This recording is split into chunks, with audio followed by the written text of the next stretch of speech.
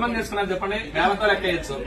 పూజకు వచ్చేటప్పుడు కొంచెం పద్ధతిగా రావాలన్నమాట. పంచమాంగళ్యాలు ఉంటాయన్నమాట. ఆడవారికి జుట్టు జడ వేసుకుని పూలు పెట్టుకోవడం, బొట్టు పెట్టుకోవడం, మంగళసూత్రాలు, మెట్టెలు, నల్ల పూసలు, గాజులు ఇవన్నీ కూడా ఈసారి నుంచి పూజకు వచ్చేటప్పుడైనా జడ వేసుకొని, బొట్టు పెట్టుకొని, గాజులు వేసుకొని అలా చేస్తూ ఉండాలి.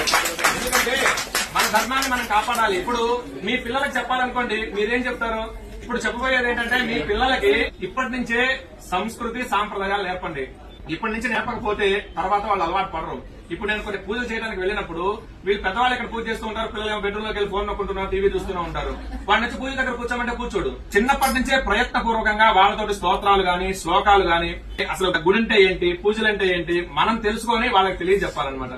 అలా చేస్తే వాళ్ళు సంస్కారవంతులు అవుతారు.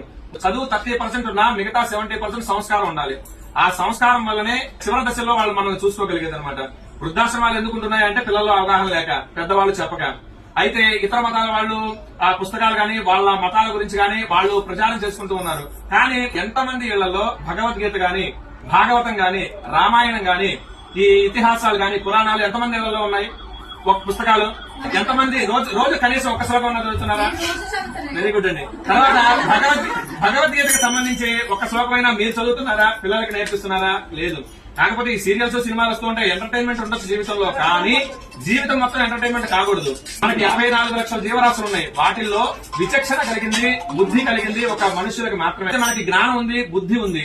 మనం హిందూ ధర్మంలో పుట్టినందుకు ఖచ్చితంగా మన హిందూ ధర్మాన్ని పాటిస్తూ ఒకళ్ళ మతం మారకుండా కాపాడే విధంగా మనం ఉండాలన్నమాట. ఇప్పుడు ఎడారి మతం వాడు వచ్చేసి నా మతంలో ఇది ఉంది అని చెప్పినప్పుడు మనం కూడా చెప్పగలగాలిగా.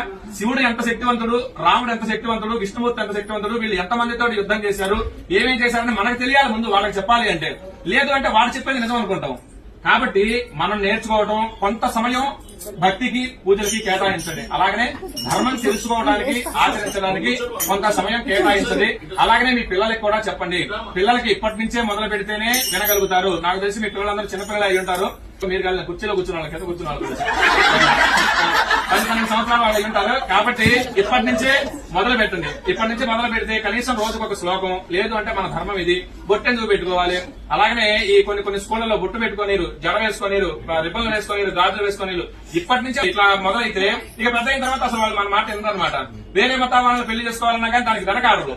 మన ధర్మం గురించి, అలాగనే మన ఆచారాలు, సాంప్రదాయాల గురించి నాన్నలకి, అమ్మమ్మలకి తెలిసి ఉంటుంది. వాళ్ళ దగ్గర నుంచి ఇవన్నీ కూడా రావాలి. అవి కూడా పిల్లలకి అలాగనే నేర్పిస్తూ రండి. మీరు నేర్చుకోండి. రోజు కొంత సమయం దేవుడికి, అలాగనే మన ధర్మానికి కేటాయించండి. జై శ్రీరామ్.